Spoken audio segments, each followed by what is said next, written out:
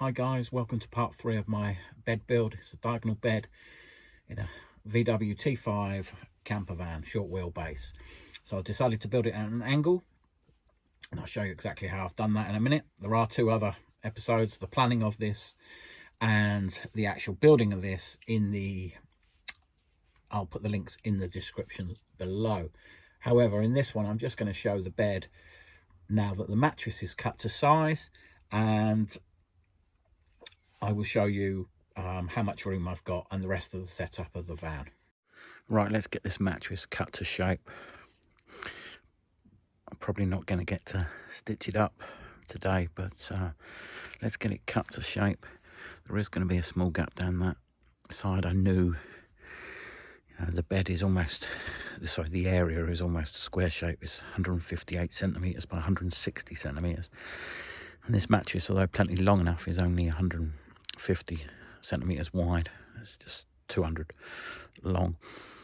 So I know that I'm going to have to put an offcut down in that gap down there, and that can just be fixed. But there should be plenty of material coming off, plenty of pieces coming off to be able to make that. First corner cut off. Now the memory foam cutting with a serrated bread knife. Absolutely easy. But the recycled foam bits not only made a mess, but they obviously cut really difficultly with a knife.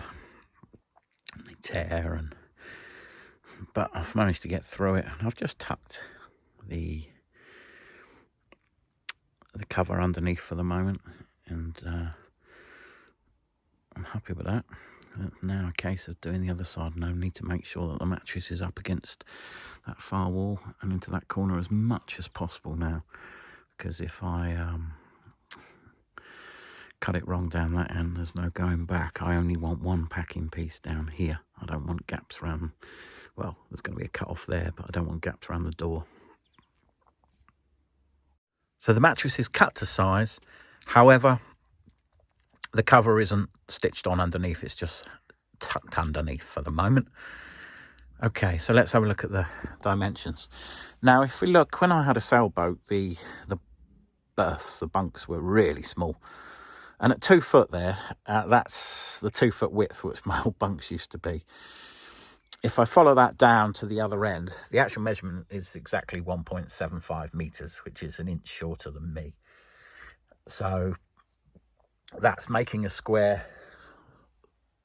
So put that at the other end, and that's my height.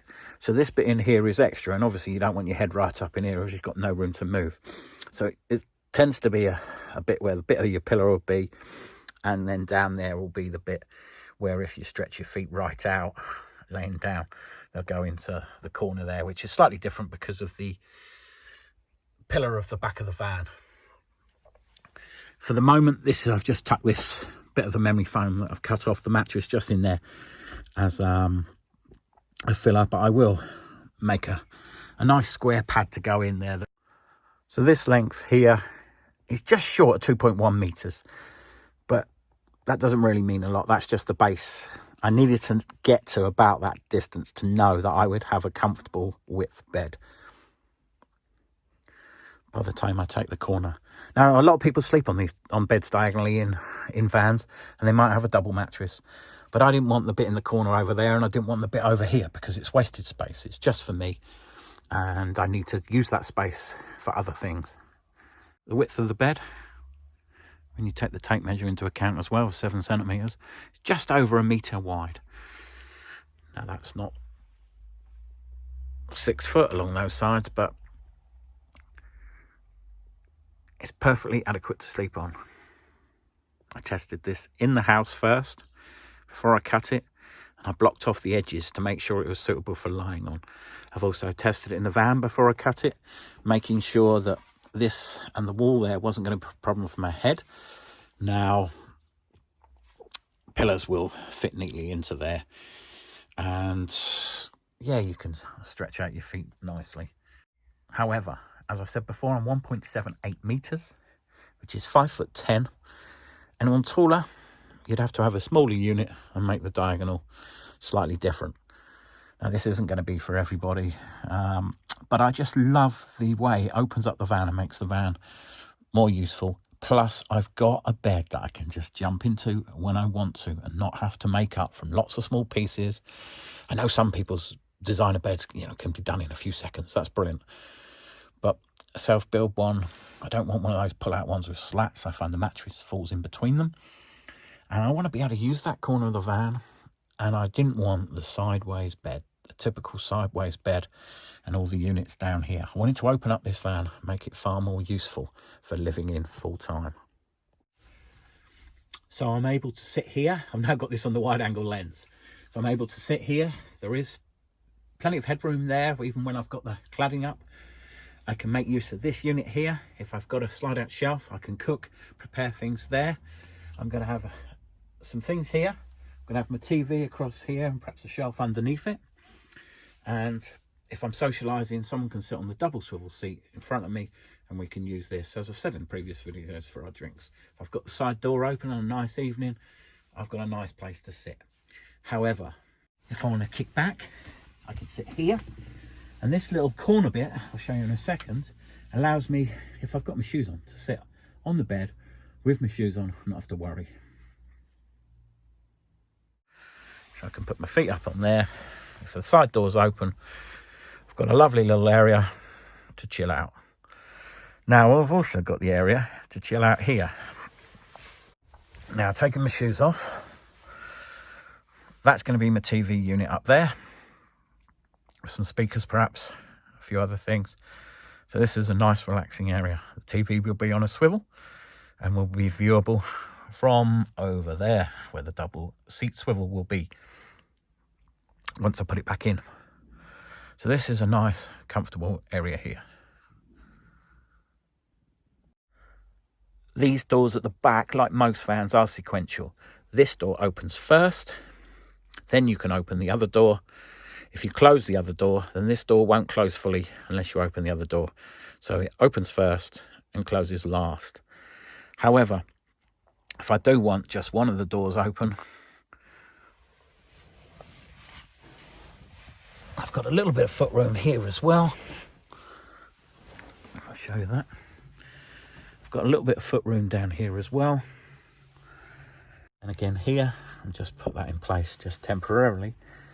But I will have a unit and storage system here for various other things that I want to access from bed.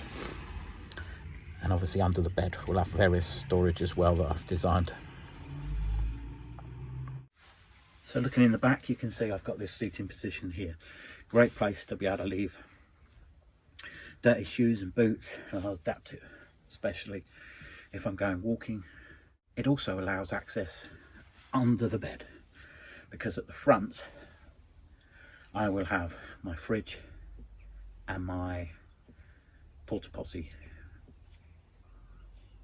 So some of this is in previous videos, but the drawer fridge will come out here diagonally, the porta potti will be there, and there will be a door on this.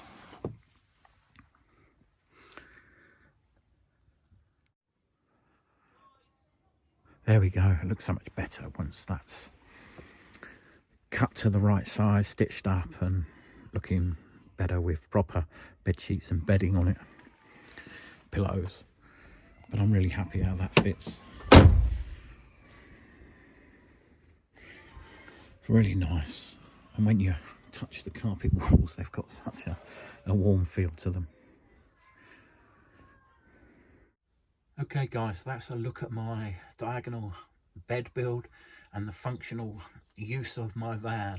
It's not going to be to everybody's taste. It's not going to be big enough for most people, well, for a lot of people.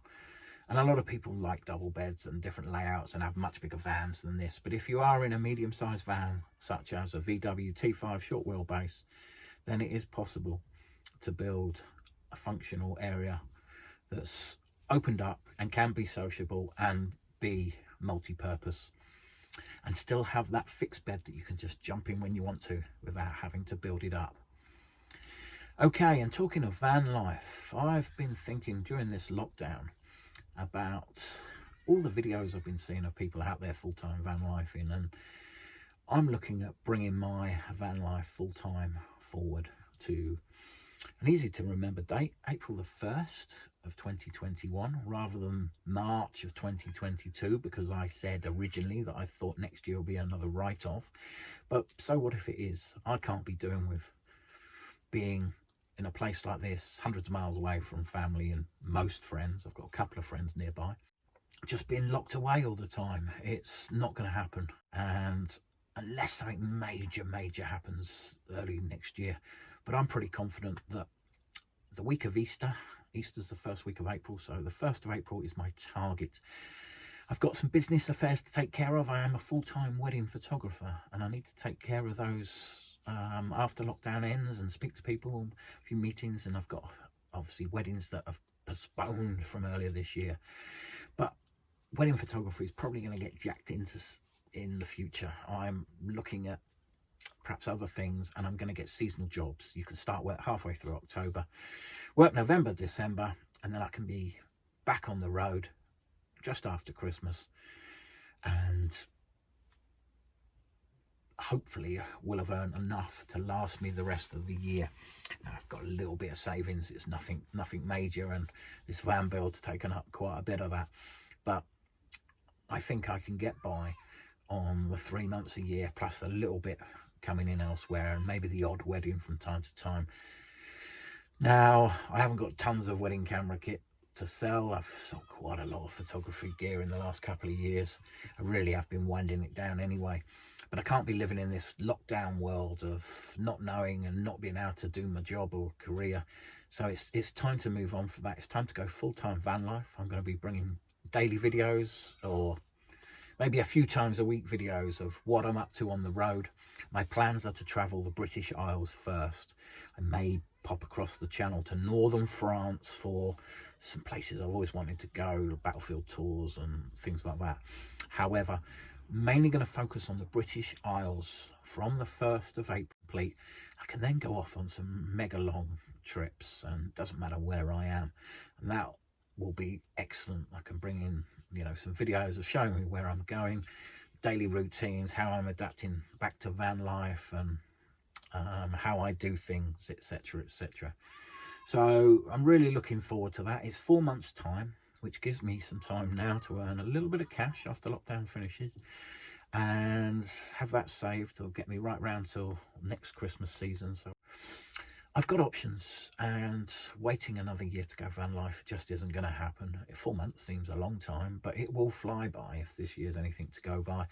I'm looking forward to getting out there, doing those videos, going walking, waking up in different places every day, perhaps meeting some other van lifers on the road. But as I said, my focus is going to be the British Isles, and in future videos people will suggest hopefully great places to go and visit, and I'm not going to zigzag off around the country. I'm going to take it a lot slower than I did the first time when I went round in my caddy. I was going way too fast, and my expenses were nearly all fuel, and I can't be doing that again. I need to be taking it easy. Yeah, taking it easy, enjoying it. But there's some fantastic places in this country, in England, Wales, Scotland, Northern Ireland and the rest of Ireland, and I plan on having a good look at all of them over the next couple of years. Who knows if I'll hit Europe in the future? I'm bound to. I'm not 100% confident of driving abroad, but once you get there, it's not so bad, is it? It's all, you're easily led. Anyway, guys, as always, I appreciate all the comments, the likes, even the views, even if you're just scrolling through parts of the video to have a look at certain parts of it.